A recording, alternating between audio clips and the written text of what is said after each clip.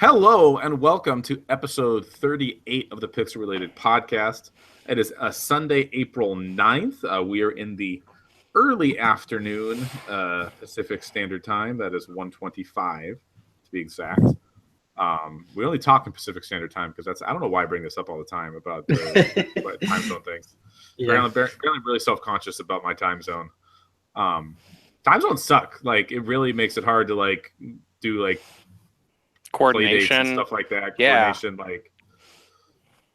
it sucks to be on this coast, which is seems like people don't think about us Pacific. It's especially weird because generally when we talk about like embargo dates, we're always talking about the East Coast.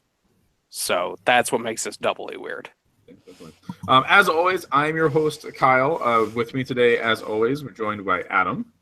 I was gonna do like a whole minute-long diatribe and then just lead into this is shit show, but I'm not gonna do that. I'm just gonna say I am thou, thou art I. I didn't have time to write it, unfortunately. I was going to. It was a plan. I thought maybe bring some professionalism to this show, but nope, not happening. For once, okay. And then also with us today is, as always, laughing in the background is Gus. How's it going, people? That is my main job with the podcast. I'm here for more support. Yeah, laughing in the background, giggling. We go to you to quell the hate of Mass Effect. And I'm the tiebreaker. Yeah, tiebreaker. Hey, you know what? I played a decent bit more of Mass Effect, and it seems fine. I don't know what people are complaining about. There you go. I haven't checked it since the new fancy patch came out to see how the characters look. Supposedly the main one that everyone posted in the pictures, the Addison, has gotten a little bit better. I think she's still got the face is tired lady. Yeah, the face is tired lady. I think she's still got really weird puffy cheeks and pouty lips, so I don't know how much you could fix that with just shading, but supposedly she looks better. I'm kind of curious what I almost said femshep, my fem rider looks like. That's for another time. We're talking about newer games than Mass Effect. We're talking about Persona 5. We're talking about the Yooka-Laylee, one of the most anticipated games of all time. We got some news. We got Destiny 2 has been announced. They put out some details about Project Scorpio as far as the specs. Digital Foundry had an exclusive. And I'm going to talk a little bit about Thimbleweed Park, the new game from Ron Gilbert and Gary Winnick. We got a goddamn show today. We got a goddamn show. It's like we're prepared and planned for professionalism that we're just not used to. Fuck no. Oh, that's a mistake. Professionalism? No. Why would you do that? So we're gonna talk. We have 3 games to talk about. So we're gonna do the sandwich. We're gonna do good, bad, and then good. So I'm going to start with Thimbleweed Park. I've not decided which one the second will be yet, but my first part is going to be good. Right. So I played Thimbleweed Park. I did it for a review. This was a game that was kickstarted to the tune of, I remember this one, I actually wrote the review. I want to say around 600,000 or something like that. Was it Kickstarter or was it Fig? Because I got an ad on Fig that was like, hey, here's Thimbleweed Park. Because if that's the case, that's the first one that's gone through on Fig, if that's the case. I thought it was Thimbleweed. I thought it was Kickstarter. Okay. Yeah. No, it was just weird to see an ad for Fig. It was definitely Kickstarter for sure. Okay. So it was like I mentioned just a second ago. It's from the creators of stuff like Secret of Monkey Island, Maniac Mansion. We're talking Ron Gilbert and Gary Winnick. There's a couple other lesser known names, not lesser people certainly, but other people that are also involved in some of those really old Lucasfilm adventure games. Yeah.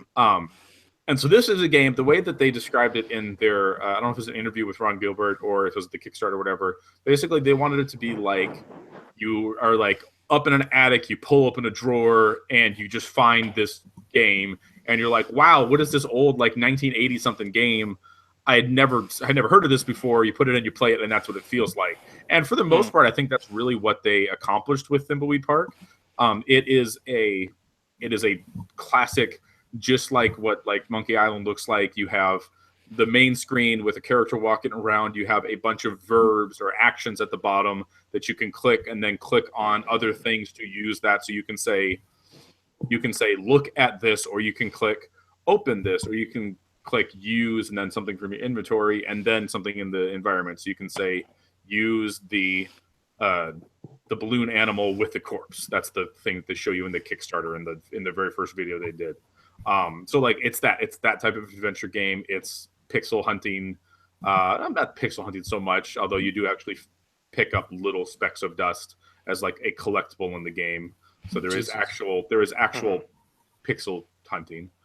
But it's about clicking on everything, getting an inventory. The thing that was really interesting about it is the first time you fire it up, it asks you, there's a casual mode and there's a hardcore mode, which is weird for an adventure game.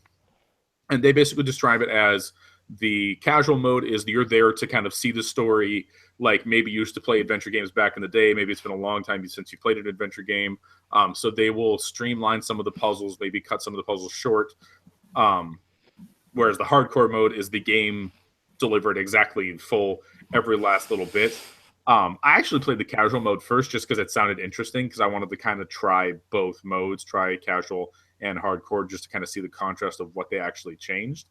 And it's actually really interesting how they kind of just get past some more complicated puzzles. Like, for example, in the one of the earliest things you do in this game is you pick up, I don't know have you guys seen a whole lot about this game, like the crazy characters and stuff that they have in it? I mean, I've seen, I think, like the Kickstarter pitch, but that's about it. So, like, the craziest character in the game, his name is Ransom the Clown, and he's an insult clown. So he is a clown who basically makes fun of people and is really crude. Lots of swearing, although in this game it's bleeped out because I'm not sure why. It's probably funnier because it's bleeped out, to be perfectly honest. So early on in the game, you wake up in his trailer and you have to get something out of his safe, and you have to go pay back a guy that you lost a bet to. And so in the casual game, you just open the safe, get the money, and then go pay the guy. In the hardcore version of the game, Ransom was drunk. He doesn't remember what the combination to his safe does, but he finds a note that has like, hey, the first number is how many kids this guy has. The second one is how many letters are in the second word of the sign out. So you have to kind of decipher and then figure out the combination. So it's things like that. So it's just extra little layers of extra puzzles, where actually that was kind of cool to kind of play the game on casual, see what that looked like, and then kind of go back for seconds and kind of see a slightly different, more complicated version of the game. But the whole point of the game is you're actually playing as 5 different characters, and you can switch back and forth between characters. Not all at once. So you kind of start off with just 2, and then it opens up as more characters are introduced, so you can play as other characters. Then eventually gets to the point where you can control all 5 characters, interchange and switch back and forth as much as you want to. And it'll be things like, this character can only get this item because it's in a part of the game that only it's in the what's the word? It's in the circus area, and only Ransom can get that. But another character needs that, so you need to use the Ransom to go get that thing out of the circus area, and then walk outside and hand it to the other person. And the other person can go solve the puzzle with that item. So it's a lot of like thinking abstractly of like, where would this thing be? Or okay, I need this thing, and then I'm going to go switch and play as another player, and then then I'll come upon that thing, and then I'll find it. So the puzzle elements are really interesting, kind of the way they mix up things like that. As well as the entire game is very like self-referential, very making fun of point-and-click adventure games. Like there's a whole thing at the beginning of the game where they talk about, you're not going to die in this game, and it's go ahead and go down that alley. It's going to be safe. You don't have to worry about dying, because adventure games where you just die aren't fun. Like it's more interesting if you can kind of do whatever you want to without having to worry about having to save all the time and go back, like literally just making fun of the Sierra adventure games, which had you dying all the time over and over again. And they actually call out at some point, like they actually say Sierra Online adventure games, in some form, kind of poking fun, kind of talking smack. But it kind of continues. Good target to go after. They which respond to. Yeah, because there's lots of people to respond to that. Yeah. But it is, and that kind of like self-referential, like knowing what it is and kind of talking about the genre and games and stuff like that continues all the way through the end. The whole thing is a murder mystery and figuring out what is going on with the murder and what is going on in this crazy town of Thimbleweed Park is really interesting, and how it actually wraps up at the end is kind of crazy and really awesome. And I'm not really going to talk about what that actually it means because it would give way too much away in the game. But I really like playing it. I've always been a huge fan of adventure games, just in general. Although the funny thing is that these type of games like Maniac Mansion and Secret of Monkey Island were the ones that I never played back in the day. I was the like Sierra fanboy playing like King's Quest and Space Quest and Leisure Suit Larry and all those ones where you died constantly. And bought the hint book with the little red decoder thing on it to look up something in the hint book if I got lost and stuff like that. I was going to ask you, do you think people who, I guess they, not that they grew up, but they're kind of used to like the Telltale game, like adventure games, do you think they like enjoy like this old school adventure type game, or do you think? I think they could. You're gonna go into it assuming knowing that it's not the same type of thing. Like it definitely has some of that stuff where with these types of games, there's a lot of conversations and there's talking, and the game is fully voiced. But you are picking from like dialogue trees and asking questions and getting clues and stuff like that, kind of like you would in a Telltale game. But it is a lot of inventory stuff, which like those first couple episodes of that first Walking Dead game had some of that like very light, like, oh, you have to find the batteries for this radio, or you have to find a screwdriver and then go use this thing on it. By the time it's gotten to the games that are coming out now, Batman and Walking Dead season 3 and stuff like that, like that's not even a thing anymore. For the most part, it's very little about puzzle solving and mostly just about QTEs and making choices. Which is fine, right? Its own right. So it's a different game, but I still think that they're close enough that they probably still would. Cool. Good to know. Yeah, it's a cool game. It's a cool game. Check it out. It's $20, I think. Available on Steam and I'm sure other places. I want to say it's available on Xbox, but not on PS4. Like I think there's an exclusivity deal, something like that. That seems like a pretty bad way to play the game, to be perfectly honest. It has controller support. I tried the controller support a little bit, and it just seems it's a point and click game. You should probably use a mouse to play it. Yeah. So. Cool. Yeah. I mean, even if you don't have like a crazy awesome PC, you could probably run it just fine on any random laptop or whatever you might have. It seems like something that's up your alley. So nice. Yeah, that's Thimbleweed Park. I really recommend it. It's really cool little thing. Speaking of games though, that were good funded, because if we're gonna talk about good games, we need to not be talking about this next one. So I'm thinking of the games that were publicly funded from people who we all have fond memories of making really good games in the past. They sure used to. They sure used to. So Adam, you posted the review for Yooka-Laylee. Yeah, a quite poor score. Yeah, I was on the lower end of the spectrum with it. Reviews are really all the fuck over the place. I will say this, like yesterday, like I watched like Easy Allies, their review of it. I've seen a couple of them that are kind of middling. They're a little bit more forgiving of the issues that I had, and I can understand that. I'm never gonna say somebody's wrong about their opinion, but any like 9s or even 8s for this game, I genuinely do not understand. They played a totally fucking different game than I did because Yooka-Laylee is really bad. So yeah, like this game was kickstarted in no small part because of like the sort of, I would say, like retroactive backlash that occurred with Nuts and Bolts, Banjo-Kazooie Nuts and Bolts. Like they're, we can also maybe go into that whole thing with the voiceover shit that went down with it, but kind of in response to that, there was this Kickstarter. It's like, Chris Sutherland, Gavin Price, Steve, like all these people who worked at Rare, worked on like Banjo-Kazooie, Donkey Kong Country, worked on these games that were really well received, and then like, post the Microsoft buyout of Rare, they've kind of not made a ton of great stuff. Like people are genuinely way more positive on Viva Pinata. Viva Pinata. Viva Pinata. I got you. Viva Pinata is great. Yeah, people like Viva Pinata, but a lot of their other stuff, let's just say not so much. And so this game kind of came out as a backlash to all of that, and it made a ridiculous amount of money on Kickstarter. Let me see the exact amount they made. They made about £2 million, so did pretty good.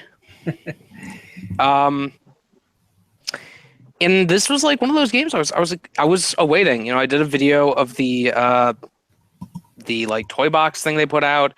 It's like, okay, they have a pretty decent baseline here. The level was relatively small. And it seemed like maybe that was okay. And then this whole game comes out, and it's really a mess. So like it is so like when I say like it was inspired by Banjo-Kazooie, I mean like it's fucking down to the letter. They just copied it.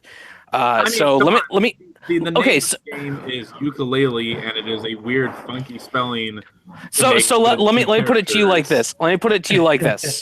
Okay, so there is a land-dwelling creature and a flying creature.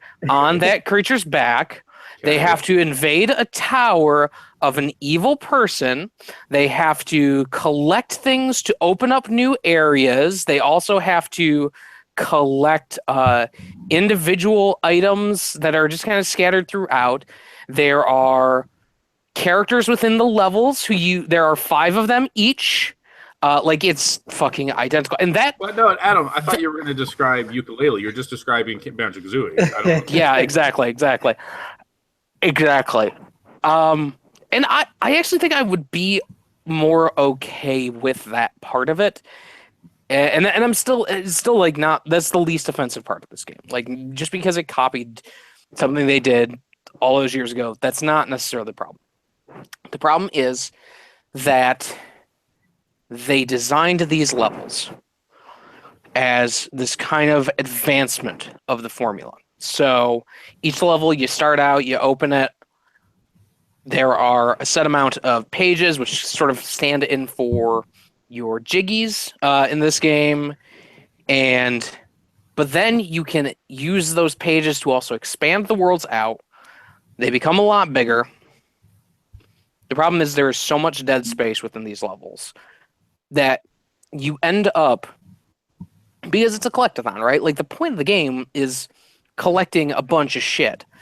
And looking back at like Banjo-Kazooie, like that was fun. Like it was simple to collect all of it. There were 10 jiggies each level, 100 notes. Simple. Levels are small, they're compact enough. They have extended areas that lead into bigger parts, but it's also compact that the collecting of shit is not that tough. It's not that difficult to go, okay, I've explored this part of the level, so now let's go over here. Maybe there's a mumbo token over there that I can get to another area, whatever. These levels are far too large to actually do that. Because they fit 25 of those pages into each level and 200 of those quills, which they're standing for notes, you would think that it'd be a little bit more full. You would think that there wouldn't be these big dead areas where there's just nothing going on. And that's not the case. Like there are levels that are literally like covered 2/3 of them by water, and there's nothing underwater. So you have to go and travel these really big distances to get to areas, and maybe there's something over there that I missed, but I don't know. and the controls are not that great. Like the actual movement is really spotty at times. Like when you are doing things like the Talon Trot, which is the sort of fast walk move that allows you to go up hills and shit, you could just turn like on a dime and that's it. Like you hit the button and you're backwards and it's fine. Here it's like you have these big loops that you have to do when you're rolling. But the problem is they will put you into areas where you don't have much room. So you have to hit the stuff in like one go. The problem is that they also put all this other shit around there. So, okay, I want to roll over this ledge. There's kind of this twist and turn that I have to go through. There are quills along that. I missed one. I want to turn back. I fell down. Okay, let's try it again. I went through there. I'm taking my time now, but now my movement is determined by a fucking stamina bar. They put a fucking stamina bar into a goddamn Banjo-Kazooie. Like, how do you fuck that up? That's so baseline. And in theory, the idea is, okay, I have this rechargeable stamina bar that allows me to, if I'm using my fly ability, I don't have to go around looking for things like feathers, or if I'm trying to use like protective shield, I don't need to look for the golden feathers. I mean, that's good. That's one of the more annoying things I had about Banjo-Kazooie is Right. I didn't want to do that stuff because I felt like I needed to hold on to it. Mm-hmm. The problem is that it's also like directly tied in with your basic movement functions. So if you're trying to do this roll, which you need to do at certain points, and you're going too slow, you'll just run out and you'll slide down whatever surface you're on.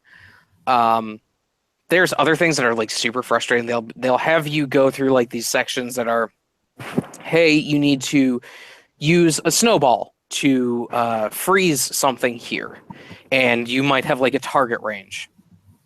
The problem is that what you basically do, there's a plant that like gives you like the ice ability. So you use your tongue on that.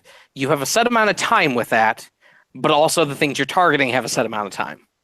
So if you run out, it takes this entire loop of being able to reactivate that power. And by the time you run out, you're done. So you have to be exact with that shit. Okay, that's something that's kind of frustrating, but the real problems with the game, I think, are very heavily with the fact that they used Unity. There are these boss fights that you'll get into where the controls will just reverse themselves from what you're doing normally.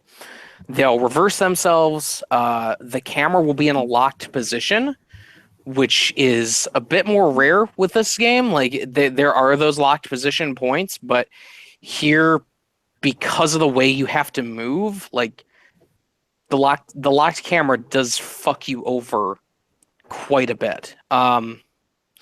There's a lot of, at least with the PC version that I played, I heard people say that they thought the PC version was fine. I dropped that thing down to low, and there was some decent lag on my inputs with it. There's just a lot of problems with this game. Like the problem with like doing like the locked camera thing is like I just came off of like playing a bunch of Nier Automata, and like anytime they switch the way that you're playing, they might lock the camera or something. They will lock the character onto a 2D plane. Here it's like, okay, you're still on this 3D movement, but the camera's locked into 2D. So, and maybe there's a hole at the back of this thing, but the camera doesn't let you see it, so you have to like kind of fuck around and just it's so frustrating. It starts off really strong. The first level I think is good, but then the second level you hit, it's abundantly clear that the levels are way too large for what they're doing. Another problem is, you know, unlike Banjo-Kazooie, you would have moves that you would learn within a level, but you never needed to go back to a level after you learned a move. You could always, within every level, you learned the moves you needed, and that's it. You could go through it straight shot. Here, they don't tell you that you have to get to the end of the game before you can get stuff at the start of the game. Like the first level you go into, you won't have the ability to finish that level until the end of the game. To get, like, you mean like get all 25 things? Yeah. That's Yes. No. Yeah. And they don't ever communicate that out to you. Another thing I railed on, the fucking mini games in this game are the worst shit I've ever played. Like they are abysmal. They're miserable. They will be like, hey, you have to, like they'll be like a stand-in for a Flappy Bird clone thing. You have to play these games like 2 times. The first time you just have to kind of finish it. The second time you have to get a high score on it. The problem is that the Unity engine is really finicky when it comes to like, hey, did you hit something there or not? And if you did, if it's maybe a little bit unsure, sometimes it'll go, okay, we're not going to do anything. You're just going to kind of respawn.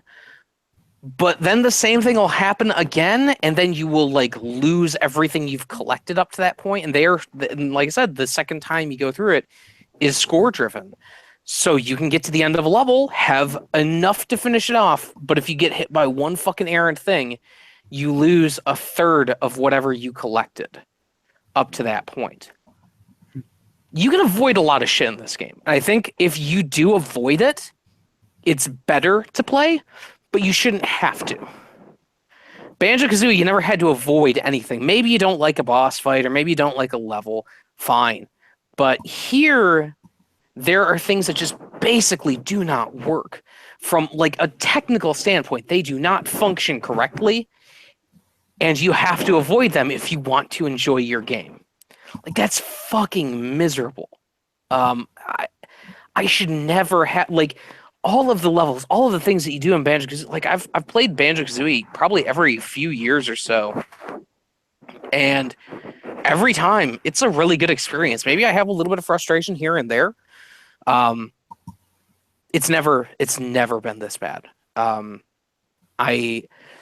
am shocked at how bad this game is, especially when it seemed like this was going to be the one that was like, yeah, this is going to be a really great Kickstarter game. This is going to be it. After the whole Mighty Number 9 shit show, and whatever you think about Broken Age, like this seemed like this was going to be the one. This is the one that gets it, and now it's like, okay, Bloodstained is coming out, and I've seen this like sentiment completely every time I look about this game. It's like, well, Mighty Number 9 was shit. Yooka-Laylee is shit. Man, I really hope Bloodstained is good. So yeah, I really wanted this to be good. Like, I like the Banjo-Kazooie, Banjo-Tooie, and whatnot. Mm-hmm. Sad. I would say if you liked Banjo, because the levels are more similar to Banjo-Tooie than they are to Banjo-Kazooie.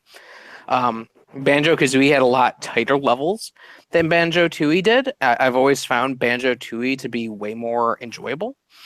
I think that if you enjoy Banjo-Tooie more, which I think a lot of people do, I think you would be more okay with it. But as somebody who, when I backed this, it was specifically because I like Banjo-Kazooie. Yeah, it's frustrating. I will touch on the whole thing with this game also, the shit show that happened a little bit. The removal of that guy does nothing. He appears very late in the game. In the unpatched version of it, they just patched it. He has maybe 5 or 6 lines, and that's about it. So people who are freaking the fuck out about this stupid bullshit, it doesn't affect the game, like, either way. There are bigger problems with the game than, a racist shithead being involved with it. Like them cutting out a racist shithead. Those problems are way larger. And there's, of course, now the whole conspiracy that, like, oh, they started this because, they realized it was bad games. Like, no, the fuck, that's not the case.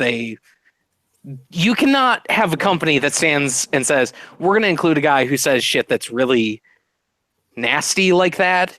We're going to have him in this kid's game. Like, you can't do that. So it doesn't affect anybody. It doesn't affect anything in the game. Like there's nothing lost because they changed that voice. Oh. Other than a credit. He's not credited in the game. So has there really not been like a good Kickstarter game this whole time? I mean, there was. I've heard good things about Shantae, the last Shantae game. I've heard really good things about. There was another one recently, Paradigm, which was a point and click game that I had backed, and I've heard good things about it. Seems like it's okay. Seems like it's okay, and obviously Thimbleweed Park. Yeah.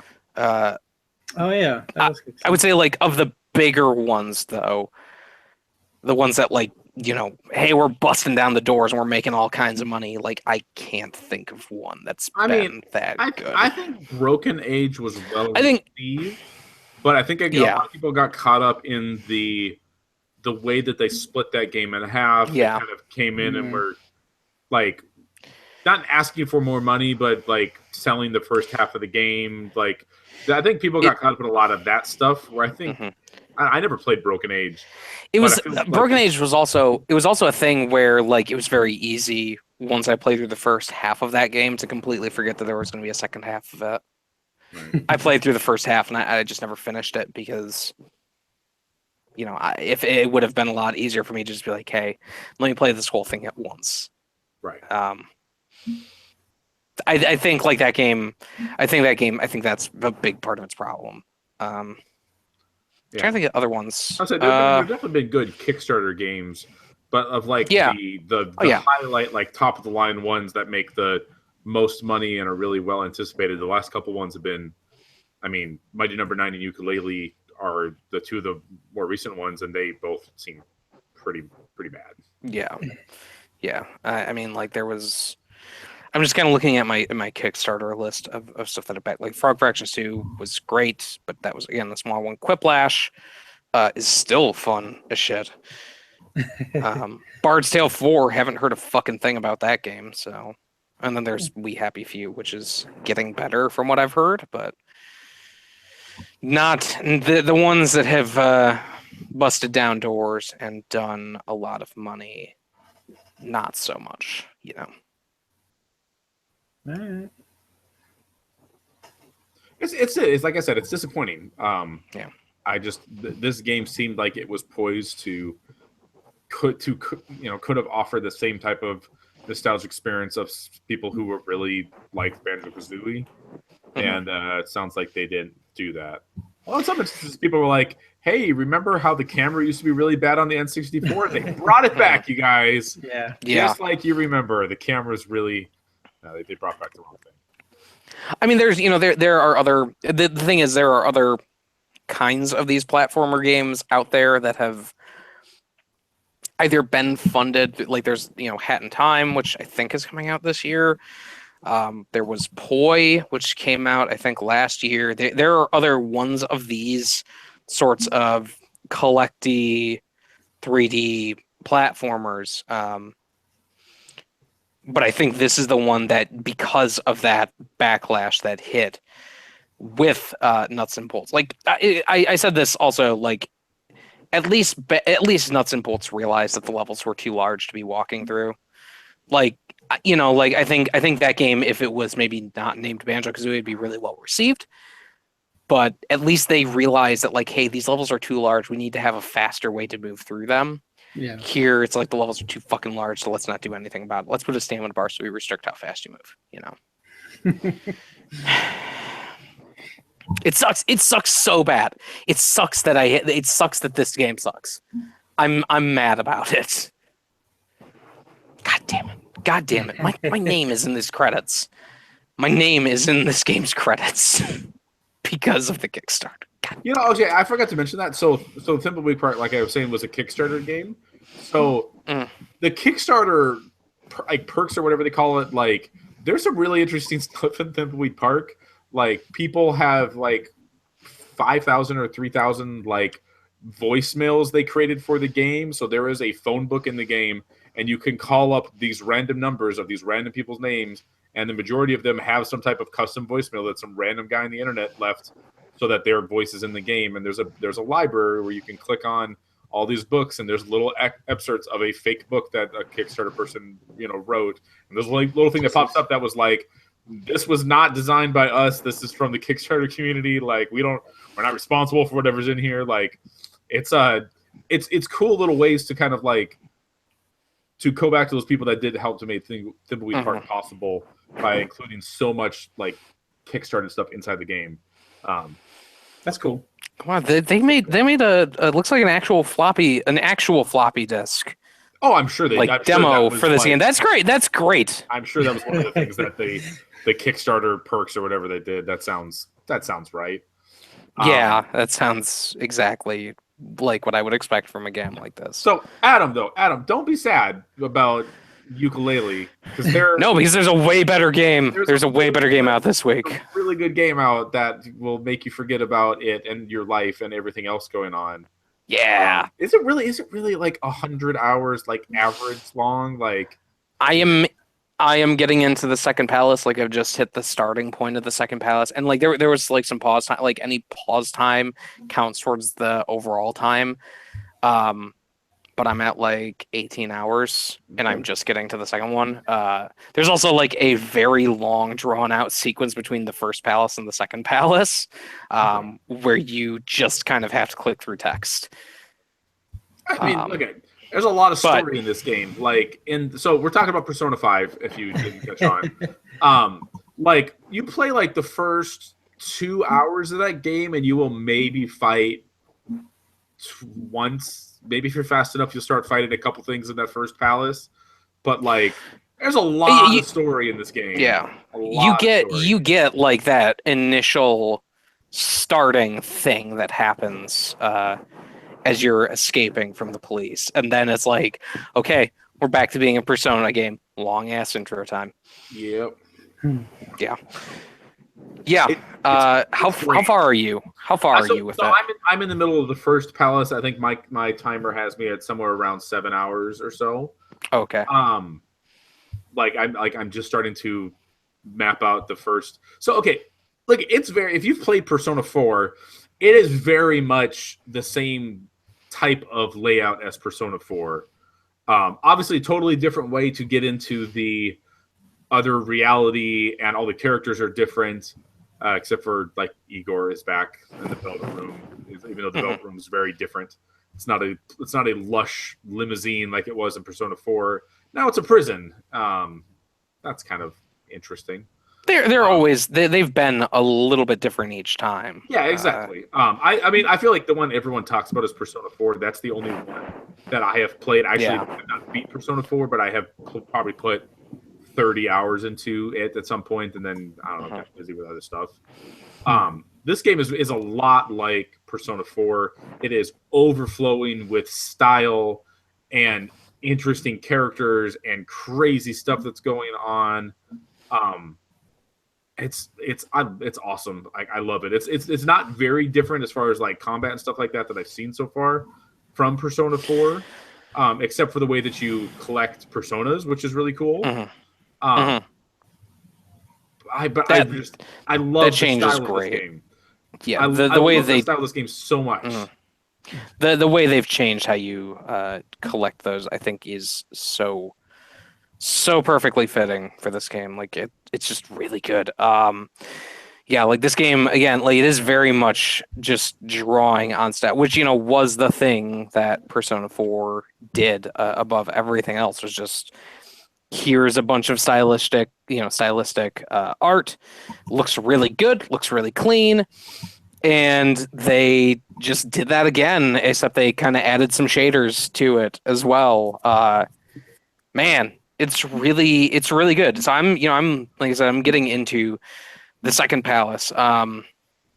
It's a thing where I'm still I'm super interested in what they've got going on, because there were some dark elements certainly of Persona 4 and of 3, like of the deaths and stuff. But this game starts it out real hard with the first thing you're trying to solve, of the teacher who is physically abusing his students and sexually harassing his female students. And yeah, it gets really, really fucking grim at certain points. Like the art style of that game does not convey the content of it.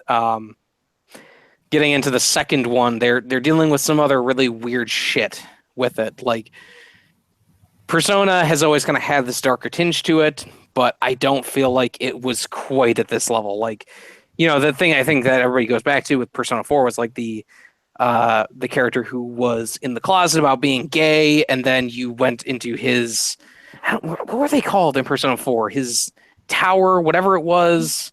And you see all the representations of it, They were, they were like TV sets or whatever in canon, because it was all about the Midnight Channel. Yeah. I don't remember what they actually called the dungeons. I don't remember either. But yeah, they get really dark with it. It's really well translated as well. I think there's definitely a few moments where there's some pronunciation. There are some issues. That like there are some issues. Yes. I still can't get. I don't remember how they say it, but there's like the first character that you meet, the first crew member that you acquire is like Ryuji Sakamoto, except they don't say Sakamoto, they say some weird Sakamoto. It's Sakamoto. It's Sakamoto and Sakamoto. Yeah. Those are the two you hear there. There is a conversation that happens following the first palace where it's like, I think the name it's of her name, which is Takamashi, but then literally the next line, like somebody says, "Thank you for doing this, Takamashi," and then somebody says, "Yeah, Takameshi, thank you." It's like, well, okay, that's not great. You fucked up somewhere there. And also, why is it on? Is that really how it's supposed to be? Is it not just "and" because it's spelled A-N? It's just weird. I don't fucking know. I don't know. There's some weird. Okay. So I think the localization, I think the voice acting is all fine. There's just some weird pronunciation stuff going on there. That is, and I think if you distracting, if it's really bugging you enough, like they've got it. So if you want to just download the Japanese voice acting, you can. So you totally have the option to just be like, hey, I'm gonna pop on the Japanese voice track, and that's fine. I think that's cool if you're really getting distracted by those issues. So like there is those issues, but I also think like this game is, I feel like, way more full of shit to do outside of just like the towers, like, and the relationship stuff. Like there are, there's obviously the whole like, hey, I'm studying thing, so that I increase my knowledge, but also that can affect your guts depending on where you're studying, because people might be talking shit about you while you're studying. Like there's like all of these different ways that your attributes just interact when you're trying to increase them. That is really cool and really different. I've gotten the ability now that I can just fully leave at night, because I think when you start, like, you can't really do anything other than maybe I can go and make some lockpicks or watch some TV, and that's about it. But now, like, at night, I can just kind of go around the city getting medical trials done to me. That's a really weird part of this game, the whole medical trial shit that happens. But yeah, like there's so much to do, and I can totally see this game being 100 hours completely. Like, especially if you're trying to get a bunch of the personas, you go slow with that. And they've just hit to the point where they introduce another dungeon that is independent from the palaces, where you can go into it in between. You can go into it at any point. But the Phantom Thieves will sometimes receive requests. They're like, hey, once you kind of get known, they're like, hey, could the Phantom Thieves deal with this guy? He's like bullying me, and like he's bullying a lot of people. Could they maybe go in and try to do something about that? And there is a sort of giant dungeon called Mementos. And you basically, like, it plays very similar to the original tower of, well, not original, the tower of like Persona 3, where it's just continuous. So if like you miss some personas, you don't have a chance to, that's another way to get them. Okay. There's a lot of shit going on. There's so much stuff going on with this game. Like all the jobs you can do, trying to get like upgraded weapons and like all of the weird stuff that entails. Like you have to have enough guts to go talk to this guy. It's so crazy. I'm sitting somewhere, I think probably a total around like without pause time, probably about 15 hours. And I feel like the points where it just is like, hey, let's just funnel you into this text section. Those are the parts that I get the most stressed out about, because I'm like, I've got a million other things I have to do right now. And you're making me spend 6 days just going through exams and just talking. Like, please don't. And I know that's the thing that Persona does, but please don't. I have shit to do. I'm busy, game. Dog gets it. They get it. Yeah, I really like it. I think that, you know, if you played Persona 4 and you had the issues with that, I think you're still going to have the issues that you had there. I don't think that this game redefines what Persona is. I think they just have made the best version of that. At least so far. Like I got, you know, probably 50 hours into Persona 3 and like 40 into 4, and I lost all my save files for that. And I was like, well, that's not going to happen again for a while. That sucks. Yeah, I yesterday I was on Twitter and I said, like, you know, I think this game would actually be perfect on the Switch, because that transition, like I've played quite a bit of Persona 4 just on my Vita, and I like my Vita TV, but I don't use it that much. Yeah. Unfortunately, because it's like another thing to hook up.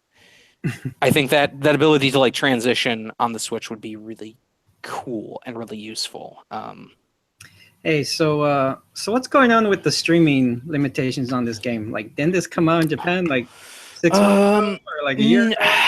I don't remember exactly when this game came out in Japan. I want to say it was worldwide, but I'm not sure. So the Persona out in Japan since like September, I want to say. Okay, it was out in Japan. Okay. Yeah. So the streaming embargo is so weird with it, because it's not an embargo. You as a customer, you should not ever be held to any sort of EULA on how you handle a game like that. Especially because there's nothing in the game that says you can't stream this. The shitty stuff that happens. There's the thing in the top corner that says you can't stream this unless you have the extra hardware to do it yourself. But if I have hardware, there should not be a restrict. I did not agree to like any embargo. Yeah. As a consumer, I never agree to that. When we do reviews and videos, like, we agree to it. We understand that, and I'm fine with that. I have no problem with that. But once the game's out in the wild, you can't control that flow of stuff, and people are still streaming the game. Like, they're putting stuff up there. The excuse of we don't want people to have this game spoiled for them falls apart really easily, because now, as a reaction to this, everybody is posting spoilers everywhere they can. Yeah. Well, and like, you have to seek out streams and YouTube videos and Let's Plays and whatnot. Mm-hmm. That's not you. If you're being spoiled, you are purposefully deciding to be spoiled on something. Yeah. Like, you were choosing to have that happen to you. The thing is that they can't do anything to stop you from doing it. Like, if we wanted to, like, I could buy the hardware, I could record my entire playthrough of Persona 5, I could put it on our website and be fine. And there's nothing they could do to us, unless they really wanted to sue us or something like that. Now, they can do DMCA takedowns on YouTube and stuff like that if they want to. And that's where it gets shitty, because there's nothing they could do to YouTube either. But YouTube and Twitch are both like, yep, we agree with them. It's like, why? Why would you agree to that? And the reason is It's- simple. It's a corporation. It's Atlas. Like they're not the entire way that YouTube and whatnot work is very much on the guilty until proven innocent way of handling things versus the opposite. Now it's their product, it's their program, they can choose to do it however you want to, but that's always been how it's been, and it's a super shitty way. And at some point there's going to have to be some type of lawsuit or legislation or something like that that maybe puts a finer details on what exactly is fair use and what exactly is, what do they call it, like transforming the content, stuff like that. Transformative works. And nobody, and certainly right now, nobody's interested in that. There's no streamer out there who is interested in saying like, hey, I'm going to sue Atlas. They're just not interested. It's very much at this point, we'll just make do. And I really wish there was somebody. Saying, all right, fine. We're just not going to deal with Persona then, and and in their eyes, they're like, "That's your loss, Atlas. Like that's views, that's interest in the game that you are not getting because I'm not streaming that game, but because I'm not talking about it." And that's like the rebellion. The two best friends, they started a stream of it, and like into like a couple hours into it, they received the notification that, hey, we can't continue streaming this because I'm not going to risk losing the channel over this bullshit because YouTube is taking this hardline stance with it. It's such a shitty decision from a company that I think a lot of people like. Yes. Especially when it comes to like their past like consumer practices. Like anytime that you would buy like right now, buy Persona 5, you're either getting like a steelbook version of it or you're getting like a controller skin with it. And like if you just buy it, that's what you get. Like that's nice. Like that's a nice little incentive to add to the consumer. But maybe we shouldn't deify companies like that fucking ever. Is this such a big deal that it's going to affect like your overall thoughts on the game, like when it comes to like game of the year? No, it's not. It's not going to affect my thoughts on the game when it comes to the game of the year. But you can look at our list of shit that's on game of the year discussion, and this is in that blunder category. Yeah. And it deserves to. I think they deserve to get shit for this because it's not good business practice. Like it's not smart for them to say, hey, we're going to limit this thing which potentially could generate a lot more interest in this game. Like I don't know, I don't think there was ever any video streams of Persona 4 that like helped its sale, right? Like there was nothing like specifically on like Giant Bomb, that helped those sales, right? Like my fucking character my fucking character in Persona 5 totally isn't named Charlie Tanoku. Like yeah. Fuck, dude, It's tone deaf for sure. In a way that honestly, like I thought Nintendo's thing like 2 years ago, whatever it was, would be like the worst example of just not getting it. Yeah. Yeah. I also, when I saw this, I instantly was remembering that like, oh yeah, Sega and Atlas are totally together now, and this is straight up what Sega has done consistently of saying like we're not going to allow streaming for it for any of our games. I instantly was like, oh yeah, that's right, they both suck at that. It's shitty. It's really shitty. I think that it does a disservice to, I think that, and from everything that I've heard, this sounds like this is straight up, this is the Japanese part of Atlas saying this. Their wording was very much like, we're not deciding this as Atlas US. We are not deciding this. This is made by decisions in higher places than us. Yeah. And from what I have heard, it sounds like in Japan they have a very different view of like Let's Plays, and they very much view spoilers as content that is being stolen, which is such a backward way of thinking about anything ever. It's dumb. It's dumb. I dislike it immensely, but as I'm playing the game, it's not impacting my enjoyment of it. No, because I mean the game is the game. The worst it's had on me is that I want to take a screenshot of that. Oh, that's right. I can't take a screenshot of that because the entire on PS5, the entire or PS4, the entire game is blocked for recording and screenshots. And trust me, there's some weird shit in this game that I want to take a screenshot of, and I'm not. I mean, it also like impacts the trophy shit because they take screenshots of trophies as well, and anytime that you get a trophy, you get a second flash. It's like, it can't take a screenshot right now. It's like, well, that's irritating as shit. Like, that's really bad. That sucks. Yeah, it does. And like in them saying like we want to avoid spoilers, they also just straight up spoiled stuff. They said like you cannot stream past 7/7 in-game calendar. It's like, well, now I know something big is going to happen on 7/7. Fucking thanks for that. Yeah, thanks for the spoiler. Yeah, exactly. It's dumb. I mean, I'm really curious. It's real dumb. On 7/7 though. I really need to know because apparently it's going to be awesome. Who knows? Maybe it's just an arbitrary. It's going to be super crazy. July 7th. Yeah.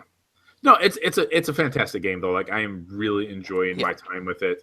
Like the crazy stylistic flourishes that they have in the game, which were fantastic in Persona 4, are even more over the top and crazy here. I love it. So like the thing that because I just got this like last night. So the Persona games have always been like the main character, the hero, can capture multiple personas while the other party members have one persona based off of their personality.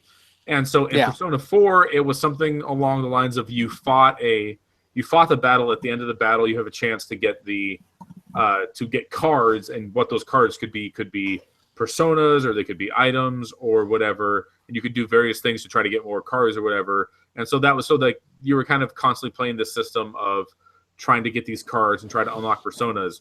In this game, you literally capture personas by talking to them. And if you're not up to it, if your stats aren't high enough, or if you're not high enough level, or you just don't talk to them right, like you just don't read the conversation well enough to know what they want to hear, they will fight you, or they will call more enemies, or if you talk to them good, they will just be like, oh yeah, you're a lot like me, we should join forces. It's so bizarre. The talking thing. Did you realize there is kind of a way to guarantee you'll get the talk through correctly every time? No, I haven't. So when you go into the talk thing, before you actually start talking with them, when you're like, if there are multiple enemies, you're selecting if you want to talk with them, or you're choosing if you want to do like an all-out attack. It actually says this person, this persona is irritable, or this one is timid. There are specific, like there's a tip in game, and I don't know where it is. Kotaku posted this, and it's like this tip literally says, hey, if they're irritable, they want serious answers only. Or if they're timid, they like polite answers. Or like they each have these very specific things they're looking for based on their personality type, which is weird. That if you get it right, you can kind of guarantee you're going to get one captured every time. Okay. Yeah, there was only one that I was having trouble talking to and getting, and I got it on like the third try, like after killing a couple of them, and then finally the third one I talked to it good enough that I captured it. If not, most of the times you can kind of read the situation and figure out where they're leading. I got to look for that though. That's interesting. I've had ones where I will get the same question, but they have different types. So I'll have to provide them different answers. There's one that's like, why do humans make kissy faces? And one will be like, none of your business. And the other one's like, well, why don't you ask your mom and dad? Like they had these different requirements of like what they were looking for. So it's like I didn't realize that, and if I would have probably been able to capture a lot more. Like, granted, I think I caught every type of persona that I could within that first palace, other than the ones that were like, hey, this is like level 17, 18. Right. Yeah. Or 20, 26 like, eventually, you know. Yeah, definitely run the ones that are like, yeah, you can't handle me right now. Here's an item. I'll get out of your way. It's such a bizarre, like, and again, it's already pretty bizarre. There's just such a bizarre, it's like, oh yeah, just stop and talk during the middle of this battle. And if it goes well, then great, they'll join you. If not, then you're gonna have to keep fighting or something like that. Like, Yeah. Sometimes also they will just surrender and be like, "Hey, I want to talk." Like if you do enough damage to them, like in a single hit, sometimes they'll be like, oh, I give up. I want to talk. Let's talk this out." Okay. Or you can choose to just keep beating the shit out of them. well, sure, yeah, you could always just decide to just kill them if you really want to, and sometimes I do. And I mean, yeah, once you've collected and have one type of them, it kind of always behooves you to always go for an all-out attack because you're gonna get more money. Like unless you're like really needing to have money, you can sometimes ask them for money, but it's usually like the best to just go for an all-out attack because you get a good amount of money, you get a good amount of experience out of it, and sometimes you get items as well. So and it looks really cool. it's really good. Yeah, it's really good. So then that's Persona 5. I think we have a long way to go until we have like final impressions and wrap up of this game, which is kind of scary. Mm-hmm. That Terrifying. Scares like, the shit out of me. Might be playing this for the next like 2 months. Luckily, there's not a ton coming out until like September 8th. I showed you guys that I do have Gamefly delivering Bulletstorm very soon. Oh man, And- I watched the quick look the Giant Bomb put up on that the Duke Nukem stuff, and it looks awful. It looks so It always did. It always did. That's the secret. It always looked terrible. But hey, that game is really good. I've always really liked Bulletstorm, and I still have this weird, dumb, morbid curiosity of playing that entire game as Duke Nukem. And I'm never going to, and I understand that because you would have to buy the game and buy the $5 add-on thing or whatever. This is not on our list of things we were going to talk about, but why don't you just buy a copy of the collector's edition off of G2A?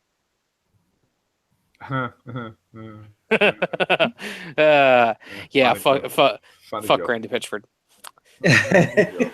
Funny joke. I cannot believe it, but somehow Bulletstorm is going to be on last year's and this year's biggest blunders as well. That'll be a fun discussion in January, maybe. Well, Randy Pitchford should have his own category at this point. He really should. He's an awful lying person. we just pull like the Randy Pitchford presents the biggest blunder of the year. Oh my god, I'm changing that category right now. Hold on. That's not cool. And didn't he seem like a cool guy back in the day? Like he totally seems cool. Guy, yeah. I met him. That seems great. I don't know. That's crazy, dude. I don't know what happened. You know what? He'll announce Borderlands 3. It'll be amazing. We'll all go back to loving him. He's going to announce Borderlands 3, or as we're calling it, Destiny 2. How do you like that transition? That was. I mean, I already pulled the September 8 out of there. I know. We got multiple options. We got multiple choices. September 8. So they announced Destiny 2. There was a. Can I kind of say just in general? I'm getting kind of sick of teasers for the trailer. Yeah, I hate that. Video games, in movies. Yeah, but let me also say this in response. Every single fucking person on my Twitter timeline lost their shit because of that. So I think it was still effective. Well, they haven't shown a goddamn bit of gameplay, and they're like, "Yeah, I'm buying it." So there was a teaser and then there was a trailer, and one of the reasons that I think the teaser they're both teasers though. Like, let's be honest. One of the reasons I think that teaser worked is that teaser was completely different than the trailer. I see so many dumb movie trailers that are like the teaser is like 5 seconds of the trailer that shows up like 2 days later, and I'm like, what is the point of that? Like, that is just a waste of my. Anyways.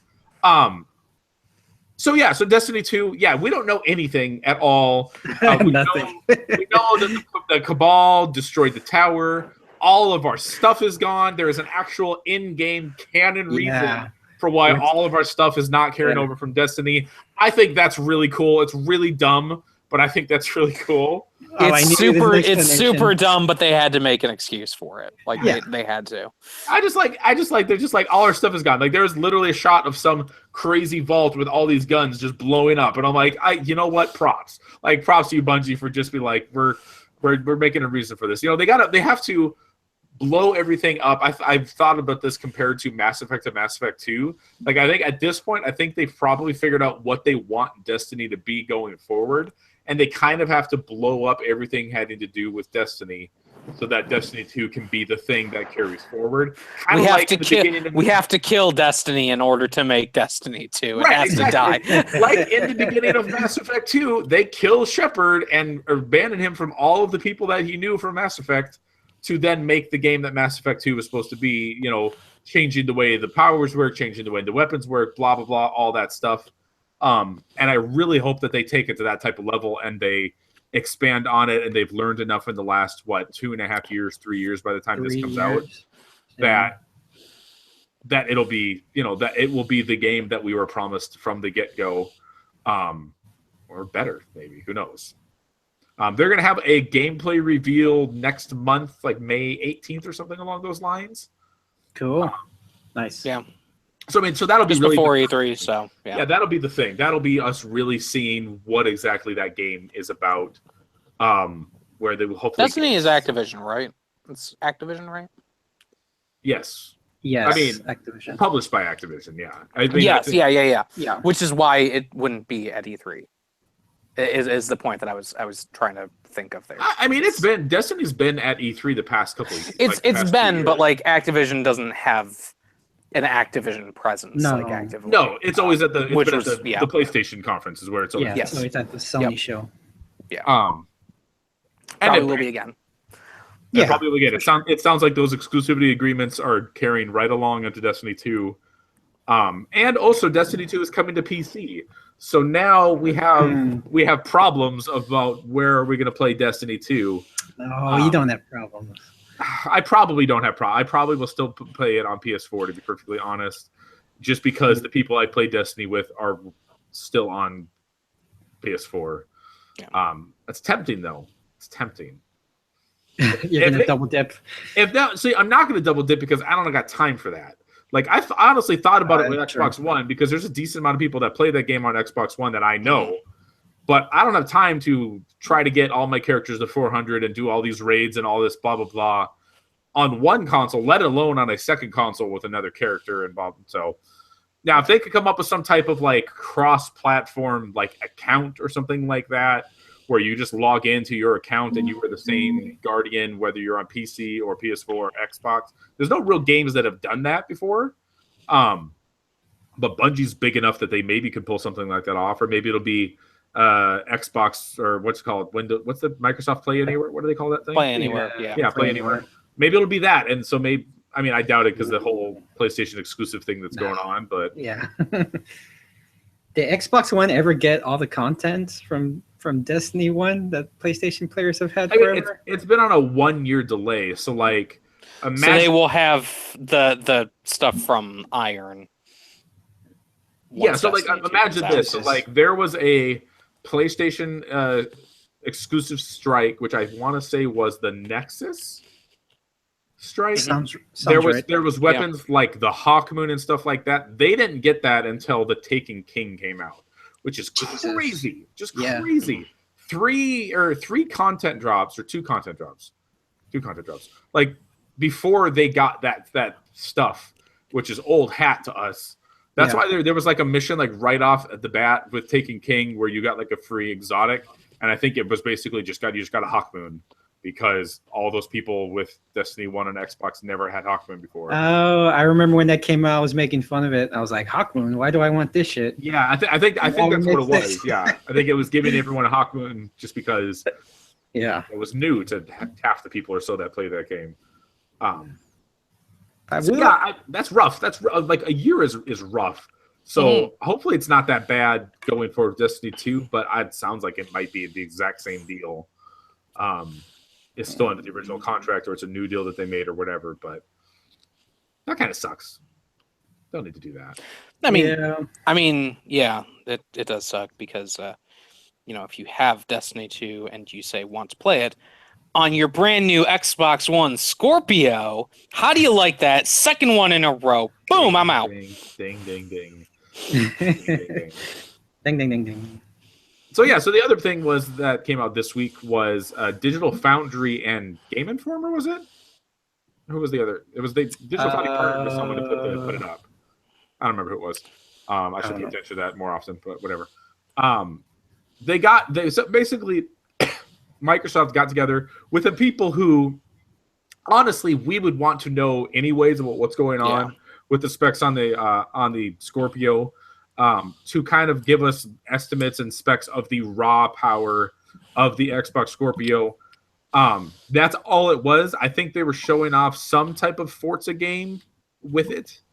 Because I saw screenshots of like Forza before and after with the Scorpio versus Xbox One, and it was like literally night and day.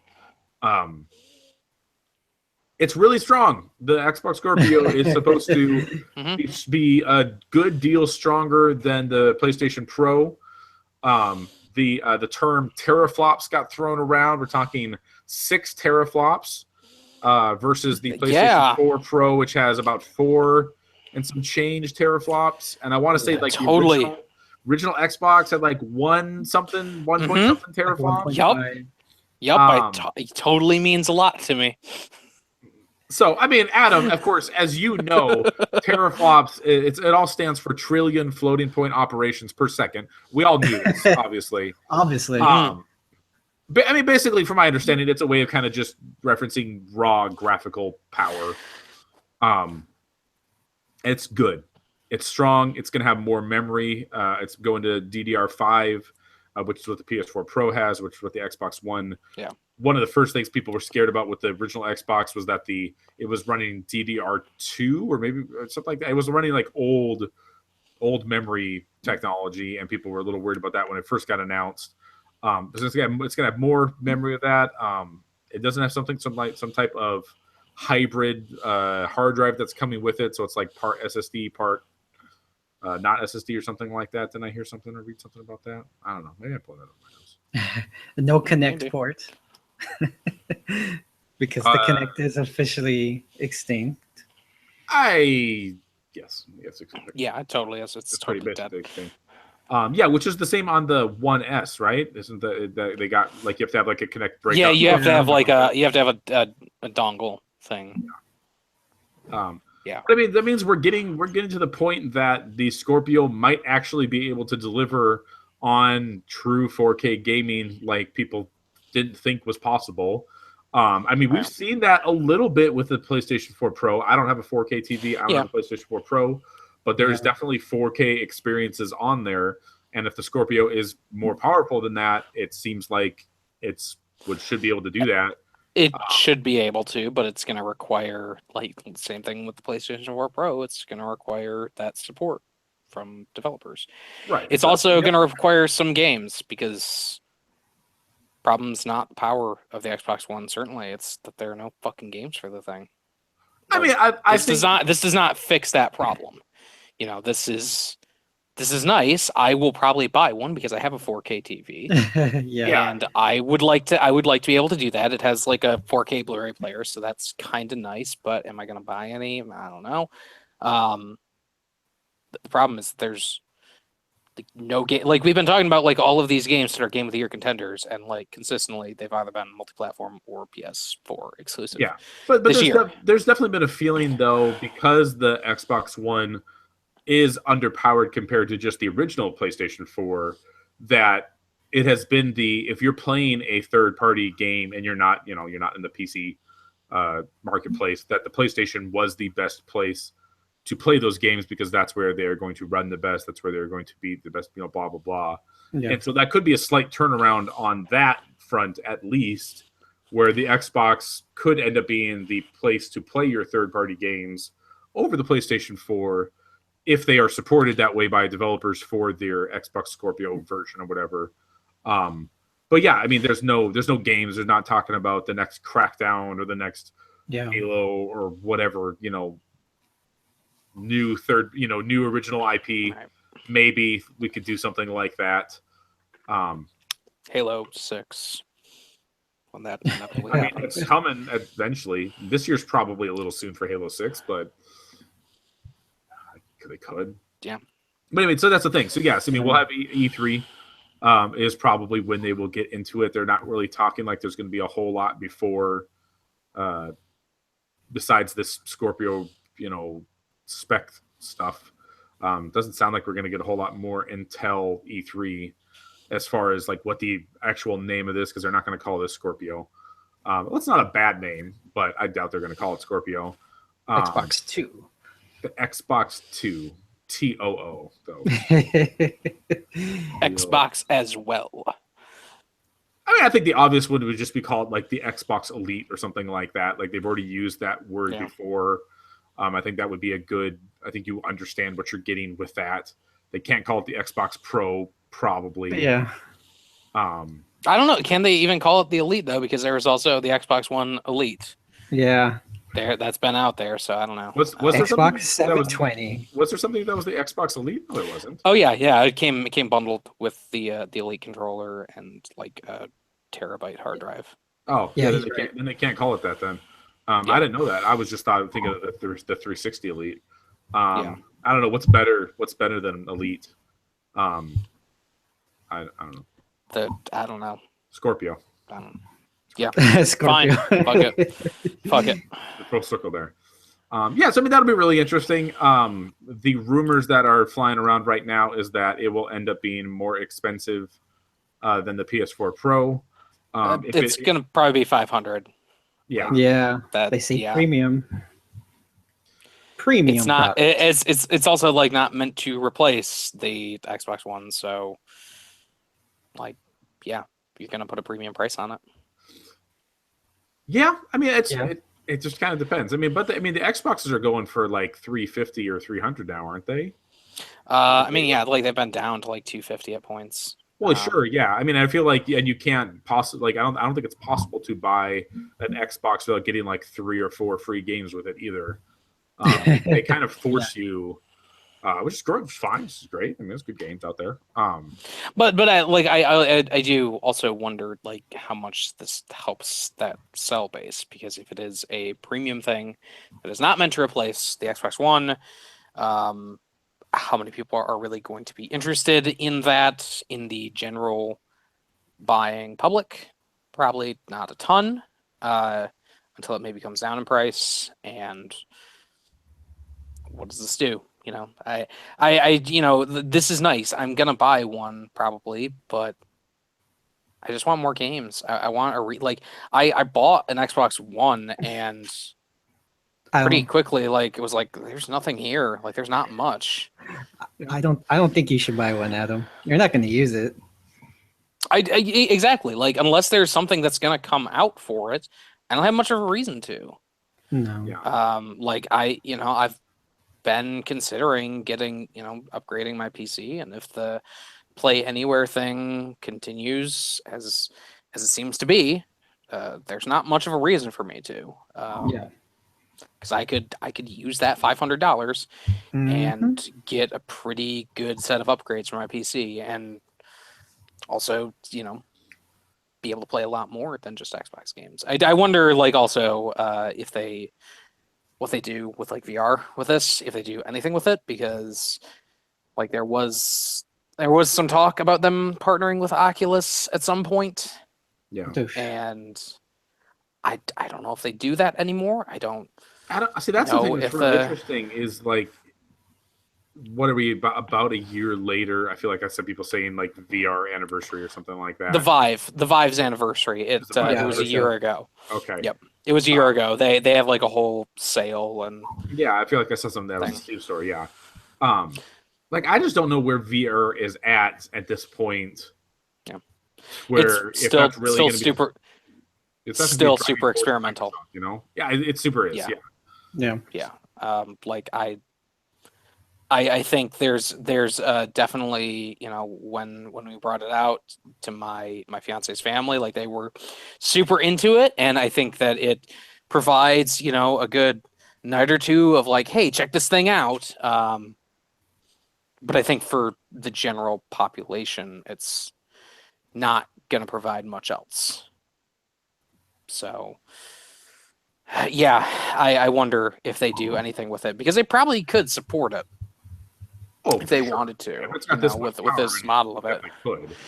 But then also, then that creates like, is there going to be a fracture if this VR thing is only available for the, the Xbox One Scorpio, and what does that do? I don't know. It's a thing where I think, obviously this Digital Foundry thing I think was smart.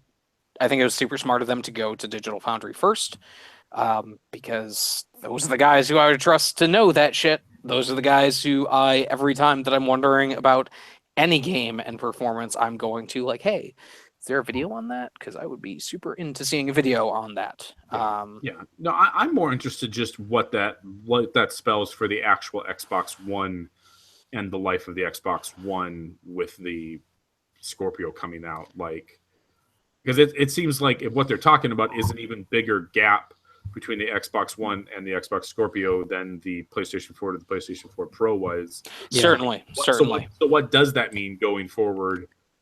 How much can you move forward and push forward in a game if it's supposed to run on both? Yeah, it seems like this weird disconnect. Like they made it so much powerful that it should almost be like the next actual console, not the next version of a weak console. Right. I mean, at this point, this will be the fourth revision of this console, because there was the original one, there was like a slight revision, and then there was the S, and then now there's this. Yeah, I mean, this is like, how much further can you go? This is year 4 of this new generation. Hey, that's when they ditched the original Xbox, was after 4 years. Yeah. Yep. That's still probably way too fast for this generation. Yeah, I mean, it's not. I don't think it's performing at the levels that the original Xbox One, the original Xbox was performing at, certainly. But it's still like not doing great. So how do you refresh that brand? Does this do it? I don't think this does it. I think they have to do more than just put out a premium product for it.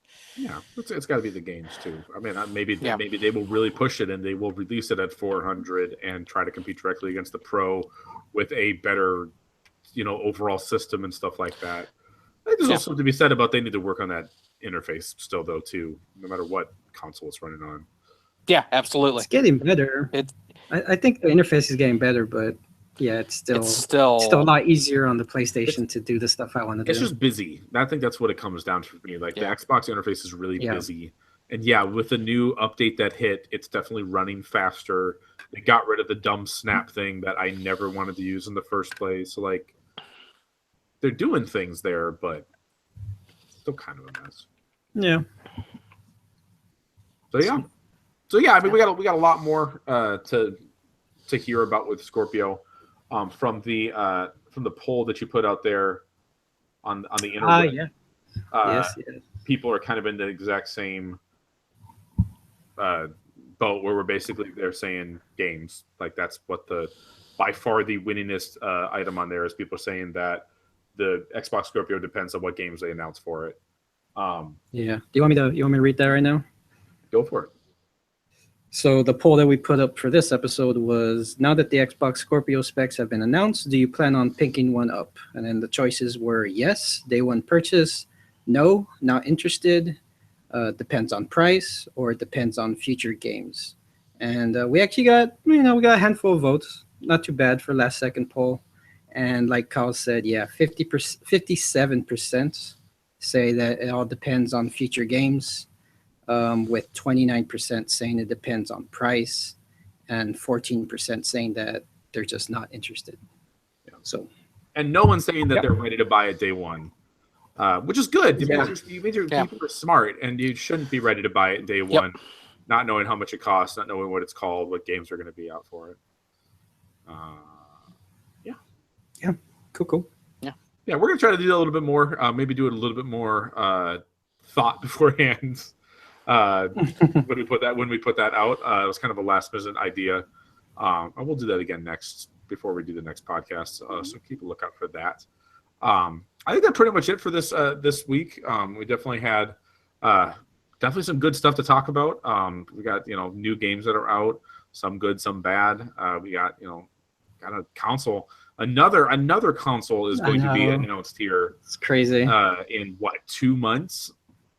We're gonna know Yeah. what exactly that looks like. So, Not ready. It's not. No, I'm not. I mean, look, I do not own a 4K TV. I do not own a PlayStation 4 Pro. Like, I don't think I'm going to be in that ecosystem. So I don't think I'm going to have any problems with that for a while. By the time that gets all figured out and everyone has all this stuff, is probably by the time we'll get a 4K TV. Maybe next year, or the year after, something like that. Like, I'm feeling it's starting to get to the point where it's like it makes sense to do 4K. I think like the prices are coming down enough that it's like, yeah, you reasonably could get a 4K TV at a decent price at this point. Not a good price, but a decent. It's like, I mean, it's not the like $3,000 it was like 2 years ago. Yeah, I still get there's a Fry's, which is a big electronics change, at least here on the West Coast. I don't know how widespread they are, and I get their emails every day, and I see HD, 55-inch HDR TVs for like $500, like once or twice a week, which is crazy to me. And sometimes they're crappy brands, but the other times they are just Samsung or it's an LG or whatever, and that's still kind of crazy. But I'm just not ready. My TV's perfectly fine. It's not that old. My TV's only like 3 years old. I feel great with it. You know what I really need to do is I need to upgrade this monitor in front of me, because this monitor in front of me is awful. It's terrible. But like a nice like 4K monitor is also like $500. So Kyle, hook your computer up to your TV. Do it. I have my Buy computer. a 4K TV. Buy a 4K TV and hook it up to that. There you go. Problem solved. Yeah, because my computer is able to play 4K games. No problem. Yeah, no problem. My computer is like 5 years old, so it's not doing 4K anytime soon. It's Mass Effect in medium. It's just great. Works fine on medium. The original? All right, give me a little bit more credit than that. Come on now. All right, like I said, that's our episode for this week. We're going to get out of here. As always, you can find us on pixelrelated.net. On Twitter, we are at pixel_related. You can shoot us some feedback on there. Let us know if you have any questions. You'll be able to look out for our poll. All three of us individually will, of course, retweet out anything cool happening on the Pixel Related Twitter. If you would like to leave us a review, iTunes, any of the other various places that we have this podcast hosted, that would certainly be appreciated. Yes. For Adam, for Gus. That was a weird sound you just made there, Gus. Yes. So for Adam and Gus, I was Kyle. We will see you next time.